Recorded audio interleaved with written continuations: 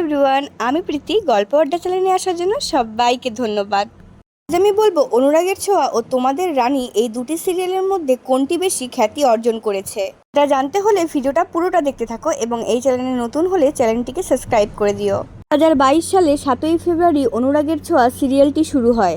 2023 সালে 8ই সেপ্টেম্বর তোমাদের রানী সিরিয়ালটি শুরু হয়।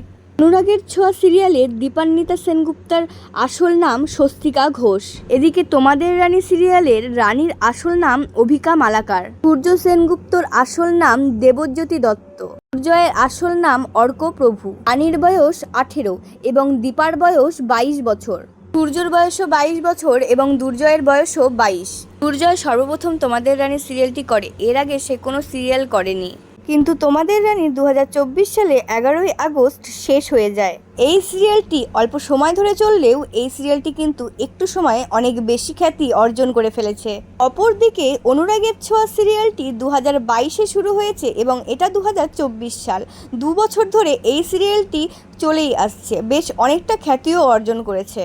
অনুরাগের ছোঁয়া সিরিয়ালের দীপান্বিতা অর্থাৎ স্বস্তিকা ঘোষকে নিয়ে কিন্তু আমি ভিডিও বানিয়েছি, তোমরা চাইলে দেখে আসতে পারো। আবার অন্যদিকে তোমাদের রানী সিরিয়ালের রানীকে নিয়েও আমি ভিডিও বানিয়েছি। এবার কথা হচ্ছে এই দুটি সিরিয়ালের মধ্যে কোনটা বেশি খ্যাতি অর্জন করেছে।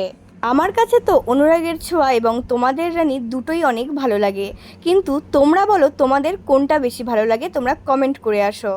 সুস্থ থাকো, ভালো থাকো এবং সবাইকে ভালো রাখো। আবার দেখাবে অন্য কোনো ভিডিওতে। তো আজকের মতন টাটা।